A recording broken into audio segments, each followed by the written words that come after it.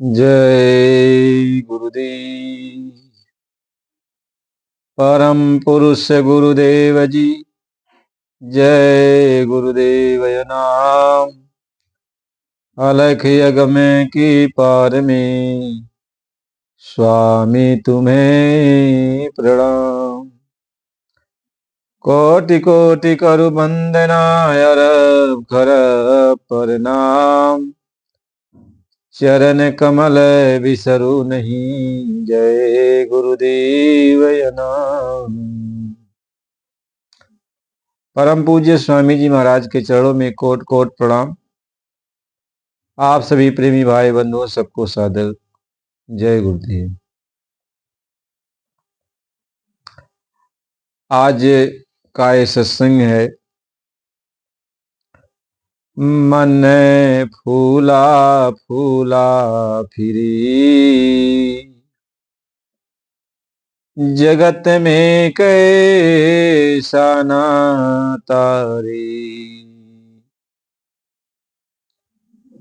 मन फूला फूला फिरी जगत में कैसा नाता रे।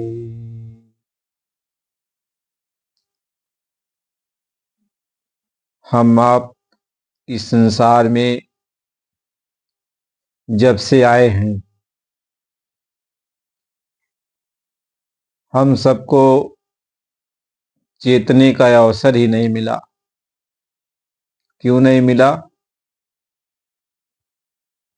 कि हमारा मन परिवार को देख के, समाज को देख के, रिश्तेदारों को देख के, घर को देख के, मोटर घोड़ा गाड़ी गाड़ी बंगला को देख के, परिवार और नाना प्रकार की सुख सुविधाओं को देखकर फूला नहीं समाता। हमारा मन अपने ही बनाए हुए जाल को देख देख कर हर्षित होता है। उसको ये नहीं पता कि इस जाल में, जिस जाल को हम बना रहे हैं, इसी जाल में हम फंस जाएंगे। जैसे मकड़ी होती है, जाला बनाती है और जाला बना के मकड़ी उसी में फंस जाती, निकल नहीं पाती। ऐसे ही हमें जो जाल बनाते हैं, जो भी घर मकान परिवार दुकान समाज, ये जाल है। ये जो जाल हम बनाते हैं, जब ये जाल बन जाता है तो इससे निकलने के लिए हम लाख कोशिश करते हैं कि निकल जाए। हम निकल नहीं पाते। लाख कोशिश करते हैं, हम निकल नहीं सकते। निकालने के लिए हम शास्त्रों को पढ़ते हैं, वेद पुराण उपनिषद ग्रंथों को पढ़ते हैं, गीता भागवत बाइबल कुरान को पढ़ते हैं, सुनते भी हैं कथा भागवत, तीर्थ व्रत देशाटन आदि क्रिया को करते हैं, जब तब पूजा पाठ भी करते हैं कि निकल जाए। लेकिन इस जाल से हम निकल नहीं सकते। जितना निकलने की कोशिश करते हैं, इस जाल में हम फंसते जाते हैं, फंसते जाते हैं। लेकिन हम जब जाल बिन रहे थे तब हम ये नहीं सोचे थे कि इसमें हम फंस जाएंगे। क्योंकि ये जो जाल हम बिन रहे थे, इस जाल के पीछे हमारी एक क्या मनसा थी, हमारा एक स्वार्थ था। क्या? जो अब जाल बिन रहे हैं तो इसमें हमको सुख मिलेगा, इस जाल को बिनने पर हमको सुख मिलेगा, आनंद मिलेगा, हमारा जीवन खुशहाल हो जाएगा। तब हम इस जाल को बिन रहे थे, खुशहाली को लेकर बिन रहे थे, स्वार्थ को लेकर बिन रहे थे और बिनते रहे। लेकिन जैसे जैसे जाल हम बिनते गए जाल बन के तैयार हो गया। तो हम सोचे जाल तो बन के तैयार हो गया, अब इस जाल से निकलें। लेकिन जाल का मोह है, यानी जाल तो इतना खूबसूरत बन गया, अब इस जाल की खूबसूरती से हम निकल नहीं पा रहे, निकल नहीं पा रहे। बहुत कोशिश करते हैं। तो आप सोचोगे कौन सा जाल है जिससे हम निकल नहीं सकते। अब महात्मा को प्यार से समझाते हैं कि जैसे बच्चा जन्म लेता है, तो जन्म लेता है तो उसको किसी भी प्रकार का कोई ज्ञान नहीं होता, कोई ज्ञान नहीं होता। अब माता को अपने नाक से सूंघ कर पता करता है कि मेरी माँ है, और नाक इंद्री से सूंघ करके माता को पहचानता है। यहीं से जालूस का प्रारंभ होता है कि अब अपने माता की पहचान वह सूंघ कर करता है बच्चा। यदि बच्चे छोटे बच्चे को किसी की गोद में दे दो तो अपनी नाक से सूंघ करके वो बता देगा ये मेरी माँ नहीं है। अब जब जान गया मेरी माँ नहीं है तो वह रोने लगता है, और यदि अपनी माँ के पास पहुंच गया तो नाक से सूंघ लेता है तो उसको मालूम हो जाता है ये मेरी माँ है। नाक इंद्री से वो जो है अपनी माँ की पहचान करता है। जब बच्चा जब छोटी अवस्था में जब वो जन्म लेता है तो कुछ समय तक वह नाक से सूंघ कर अपनी माँ की पहचान करता है। धीरे धीरे धीरे धीरे जब बच्चा सियाना होता है तब माँ की बोली को पहचानता है, माँ की बोली को पहचानने लगता है। अब माँ को बोली से पहचानने लगता है। अब वह अब माँ को पहचान रहा है, धीरे धीरे धीरे धीरे और सियाना होता है। अब माँ जिसका जिसका परिचय कराती है उसको धीरे धीरे पहचानता है, यानी अब उसका पहचान बनने लगता है। माँ से, पिता से, भाई से, परिवार के लोगों से धीरे धीरे उसका परिचय यानी ये जाल बनता जा रहा है। अब जिसका जिसका परिचय होता जा रहा है वह उसके अंदर वो जाल बन रहा है, यानी उससे उसका लगाव हो रहा है। बच्चा जिसको जिसको पहचान लेता है उससे उस बच्चे का लगाव हो जाता है, ये जाल बन जाता है। ऐसी जाल शुरुआत हो गई, जाल की नींव पड़ गई। अब ये जाल बढ़ते बढ़ते बढ़ते बढ़ते आगे बढ़ जाता है। बच्चा जैसे जैसे सियाना होता है अपने उम्र के बच्चों से उसका लगाव होता जाल बन जाता है। फिर बच्चा सियाना होता है, स्कूल में वहां बच्चों से उसका लगाव हो जाता है, जाल बन जाता है। ऐसे अब बच्चा जितना जितना सियाना होता उतना उतना उसका जाल बढ़ता जाता है। परिवार में, समाज में सियाना हो गया बच्चा, शादी करने जोग हो गया, अब उसका जाल परिवार के साथ बंध जाता है। परिवार के साथ बंध गया वो जाल, अब उधर माता पिता से, फिर अपने सगे संबंधियों से, फिर नाते बात रिश्तेदारों से, फिर जो है अपने परिवार से, फिर ये जाल कितना बढ़ता चला जा रहा, बढ़ता चला जा रहा। यानी ऐसा जाल नहीं है, जाल जो बन रहा है उसके साथ उसका लगाव होता जा रहा है, मोह होता जा रहा है। यानी उसको अपने हृदय में वो इतना बिठा रहा है कि अब उसके बिना वो रह नहीं पाता, उसके तकलीफ को अपनी तकलीफ समझने लगता है। अब वह हर वक्त उन लोगों के बारे में सोचने लगता है, विचार करने लगता है। धीरे धीरे धीरे धीरे उसके बाल बच्चे हो जाते हैं। अब बाल बच्चों से भी लगाव गह के अब इतना ज्यादा से ज्यादा लगाव क्या होता है, परिवार से, फिर बाल बच्चों से हो जाता है, फिर कौम मजहब से हो जाता है, अपने धर्म जाति बिरादरी वालों से हो जाता है। फिर यही जाल आगे बढ़ते बढ़ते अब जो है राष्ट्र देश के साथ हो जाता है, फिर अपने दुकान से हो जाता है, अपने नौकरी से हो जाता है, अपनी खेती बाड़ी से हो जाता है, अपने पशु परिंदों से हो जाता है। यानी ये जाल का एक भवसागर बहुत बड़ा विकराल रूप बन जाता है। अब कोई आके महात्मा समझावे कि नहीं, ये जाल से तुम निकल जाओ, कहने के लिए तो कह दिया आकर, अरे इस जाल में फंस के मर जाओगे, ऐसा वैसा, निकल चलो। अब तुम्हें नहीं पता है कि जब से वो जन्म लिया तब से इस जाल को बुन रहा है, और तुम्हारे एकाएक कहने पर वो जाल को तोड़ पाएगा? कह छोरन ग्रंथि अजानि खगराया, अविघ्न यानि करई तब माया। कहते हैं कि यदि कोई कहता है कि नहीं ग्रंथि को छोड़ो, इस जाल से हटो, तब तक ये मोह माया का जाल है ना, तो माया अनेक विघ्न पैदा करती है।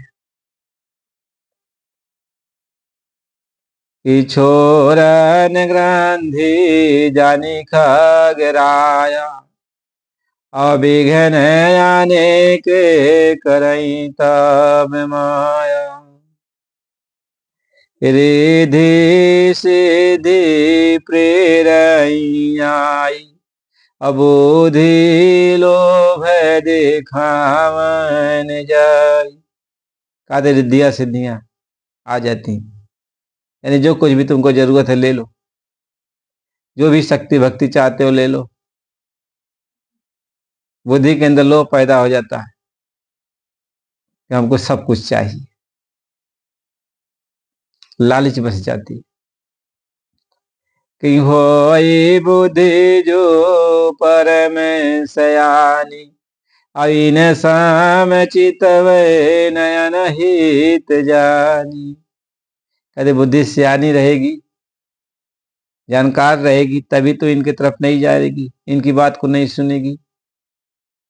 लेकिन जब बुद्धि उसी में ग्रसित है, बुद्धि उसी में फंसी है, उसी जाल में है, तो जैसा जाल है वैसा बुद्धि भी बनी है। बुद्धि तुरंत लोभ लालच में फंस जाती है। अब जाल से कैसे कोई निकलेगा? कोई जाल से निकल पाया? नहीं। अब वो एक एक जाल के लिए पकड़ पकड़ के रोता है। यदि उसका धन गायब हो गया तब भी रोता है, उसका मकान कोई हड़प रहा है तब भी रोता है। यानी उसका हर एक जाल से मोहब्बत जाग गया है। उसके परिवार से उसको कोई अलग करता है तब भी रोता है, उसका समाज उसको कोई छुड़ाता है तब भी रोता है, उसका देश उससे कोई छुड़ाता है तब भी रोता है। अपने नाते बातों के दुख से दुखी, अपने परिवार के दुख से दुखी, अपने बाल बच्चों के दुख से दुखी। यानी उसका जाल जितना है सब में वह दुखी होता है। कैसे कोई छोड़ देगा? महात्मा तो समझा दिए कि नहीं, ये सब तुम्हारे फंसने का कारण है, इन्हीं के कारण तुम जो है 84 लाख योनियों में भटक रहे हो, और इनमें फंसोगे तो फिर दिक्कत हो जाएगी। महात्मा तो कह रहे, लेकिन इतना आसान है इस जाल से निकालना, इस जाल से निकालना इतना आसान तो है नहीं। लाख महापुरुष समझाते हैं लेकिन ये जल्दी समझता नहीं है, समझ नहीं सकता, क्योंकि वह पिरो दिया गया है उस। यह इस जाल को तभी छोड़ सकता है जब यह जाल की हकीकत जानेगा। जाल की हकीकत जानेगा, ये जाल क्या है।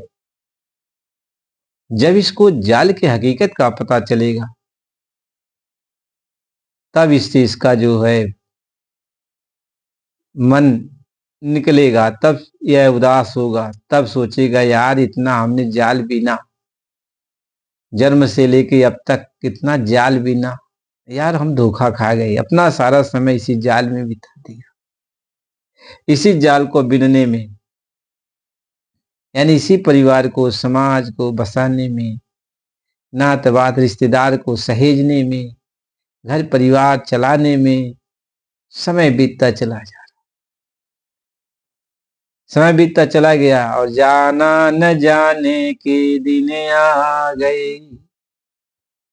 जाना न जाने के दिन आ गए, अब छोड़ जाना पड़े गुरु। नहीं जानता था, इसी शायरी ने तब तक वो समय आ गया, जाने का वक्त आया। और तब ये समझ में आया, अरे जितना जाल हमने बीना था ये जाल तो यहीं छूट जा रहा है। अब मेरे साथ तो कुछ कोई चीज जाने वाली नहीं है, कोई चीज जाने वाली नहीं। तब वो पछताता है। तब महात्मा कहते हैं अब पछतावा क्या करी, जब चिड़िया चुग गई थी, जब चिड़िया सारी फसल को खा गई तब पछताने से क्या। इसलिए महात्मा कहते हैं कि चेत करो प्रीति करो, चित करो प्रीति करो सतसंग में। तुम चेत करो, मेरी बात को मानो और सत्संग से प्रीत करो, सत्संग में लगे रहो। कि चित करो प्रीति करो सतसंग में, और गुरु तो वही रंग देना मया रंग में। तो सत्संग से जब तू प्रीत करेगा, सत्संग में उठेगा बैठेगा, तो गुरु तुम्हें नाम के रंग में रंग देंगे। यानी अभी तो इस जाल में फंसा है, तो नाम के रंग में तू रंगता जाएगा। तो नाम के रंग में जब तू रंगता जाएगा तो ये जाल में जो तू फंसा है, थोड़ा थोड़ा एक एक गांठ खुलता जाएगा। यानी उधर से थोड़ा लगाव हटता जाएगा, एक एक जाल से, एक एक जाल से तुम निकलते जाओगे और नाम की तरफ आप बढ़ते जाओगे। इसलिए महात्मा कहते हैं कि तुम ऐसे डायरेक्ट इस जाल से निकल नहीं सकते। तुम इस जाल को ले अपने साथ रखो, परिवार को, समाज को, नात बात को, रिश्तेदारों को, कौम मजहब को, घर परिवार सबको अपने साथ रखो, इसी में रहो।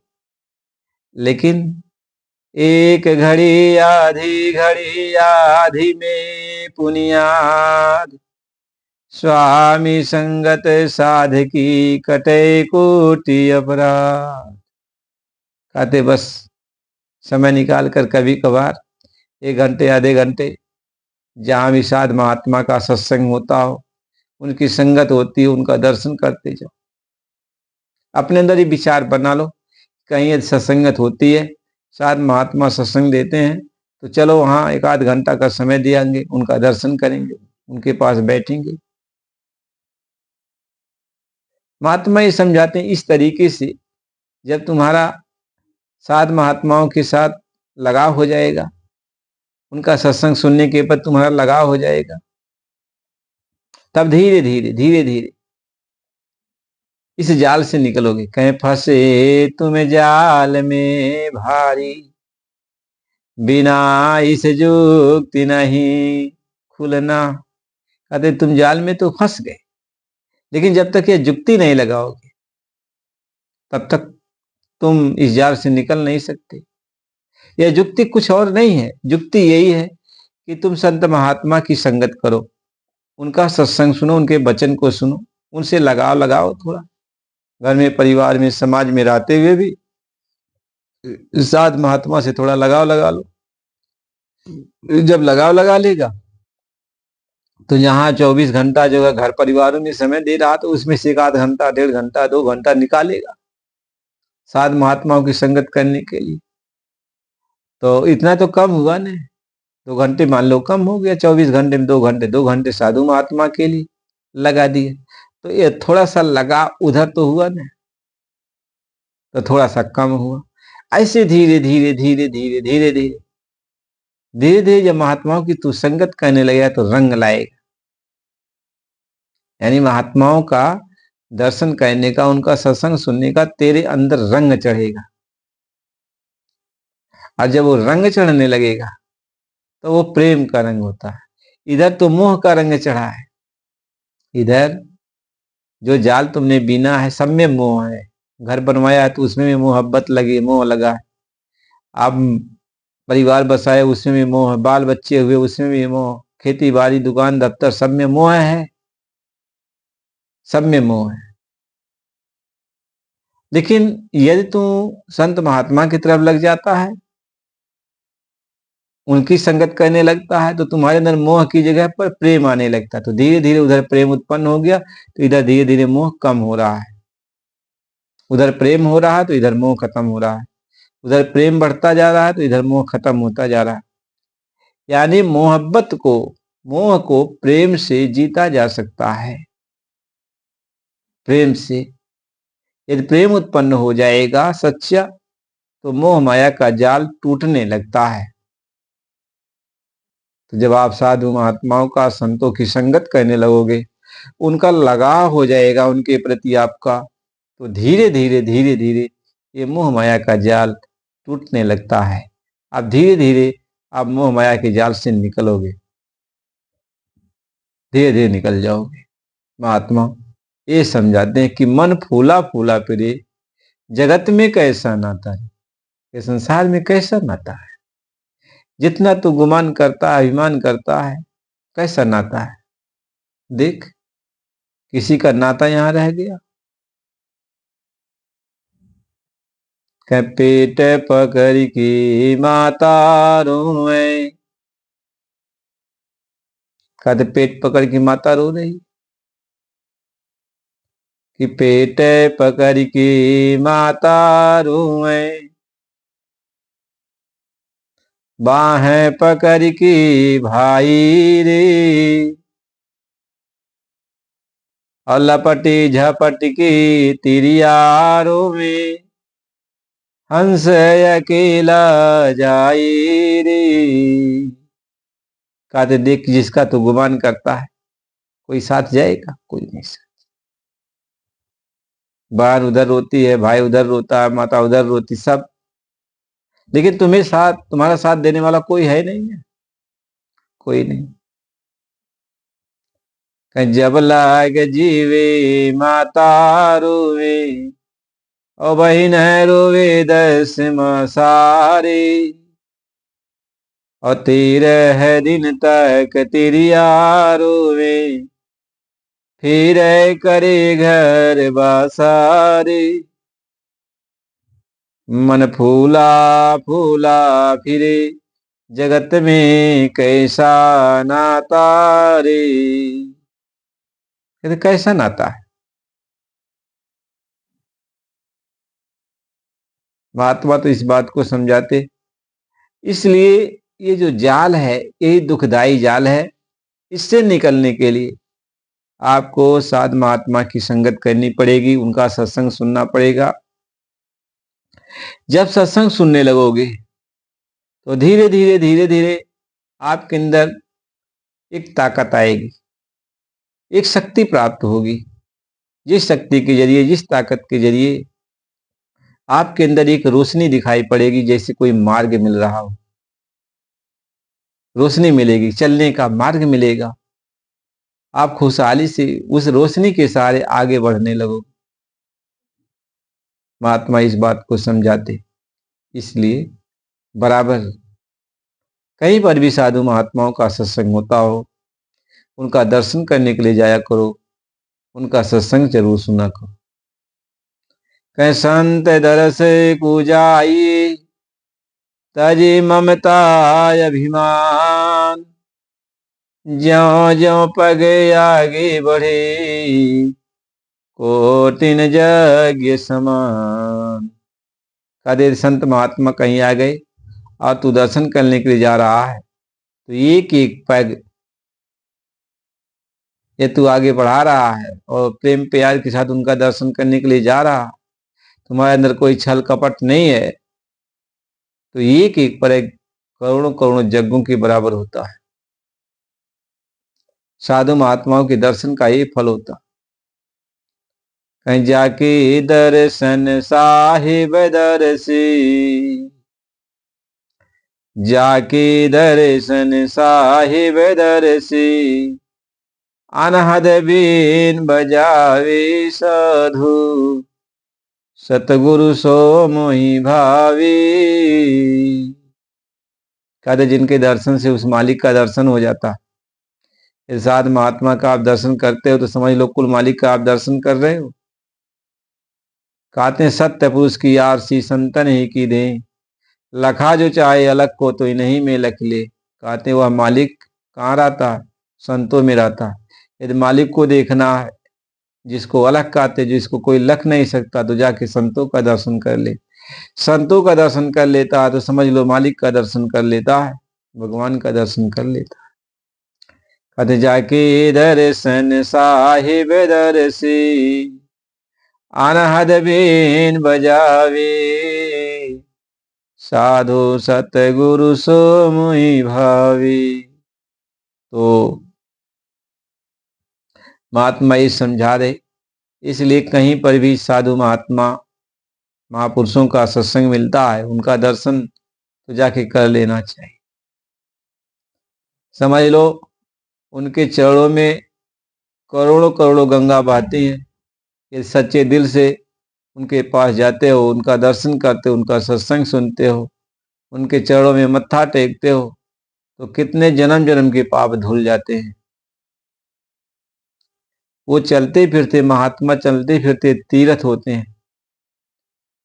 इसलिए वो आज यहाँ है, कल वहाँ है, परसों वहाँ है। तो संतों महात्माओं का जब भी दर्शन मिले, कहते हैं साधु आवत देखी के, चरणन लागो धाय, ना जाने यही भेष में हरि हो जो मिल जाए। कहते साधु आवत देखी के, चरणन लागो धाय, ना जाने यही भेष में हरि जो मिल जाए। कहते जाओ साधु महात्मा का दर्शन करो, उनके चरणों पर मत्था टेको। हो सकता है उसी भेष में मालिक ही आ गया हो, क्योंकि मालिक के आने का जो घर है वह साधु महात्मा का घर है, देश है, उनका शरीर है, उसी रूप में वो आते हैं। इसलिए कहा संत दर्श से पातक सब तरई। संतों महात्माओं के दर्शन से बड़े बड़े पापियों का उद्धार हो गया, उनके दर्शन मात्र से बड़े बड़े लोगों का कल्याण हो जाता है। महात्मा ये समझाते हैं। इसलिए प्रेमी भाई बहनों, सत्संग सुनना चाहिए, साधु महात्माओं की कदर करनी चाहिए, इज्जत करनी चाहिए। बिना संत के, उनके दर्शन के कुछ होने वाला नहीं। इसलिए अगला सत्संग आपको अगली वीडियो में दिया जाएगा। चैनल को लाइक और सब्सक्राइब कीजिए। जय गुरु।